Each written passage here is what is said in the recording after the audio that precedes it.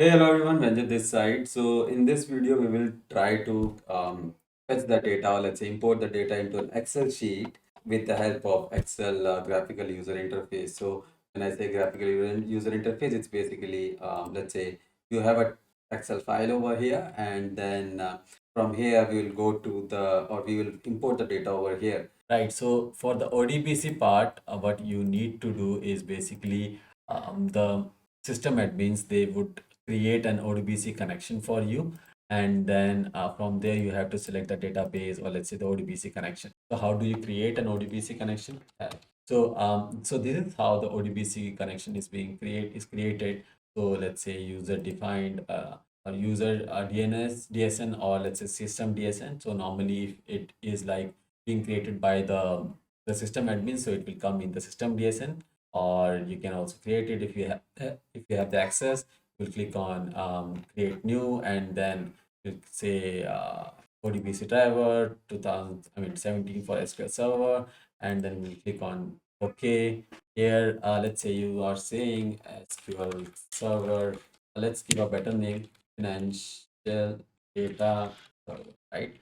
Here you will have the list of servers if it is like already available. Otherwise, like we did earlier, we just click on connect, copy, cancel, and then you come back to this on OK. Next, integrated Windows authentication, click on next. Change the default database to, let's say, financial data. See, these sometimes you won't have access to create the user DSN as well because of the restriction. So, and then if you are created, and if this DSN correction or ODBC connection is already created, then even the database, default database will be financial data. So this is one way. And if sometimes you are not the database owner, right? So your profile is gets configured to be on the default database to some database, right? So for that, then you will see this only one of this option over here, and this will be grayed out. So yeah, and then you don't need to change anything over here. Then click on finish. So it says a new ODBC data source will be created with the following configuration. Test data source. This is really important. So a test completed successfully. So it means ODBC connection has created. Click on OK. Click on OK. And if you see now financial data server, click on OK. I will go back to the Excel part again. Let's come over here. This is a new Excel sheet, not workbook, but Excel sheet. Now, if I come here, get data, and then from other sources, from ODBC, if I use the drop down over here, I will see the financial data server, right? And then click on OK.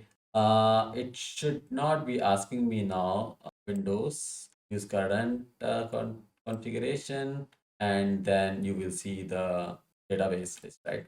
Here, if you select database, financial data, now this time I would like to get the data from the view, right? And I will click on load. So it will load the data over here, right? So these are like two ways. One was through the SQL connection, and then second one is through the ODBC connection. So both has been covered, and this is very handy. I would say you should be doing this at least one in as a practice, because you will be doing it more frequently when you are working with databases and data. Right. Thank you so much. Have a great day. Please make sure to like, share, and subscribe. Bye.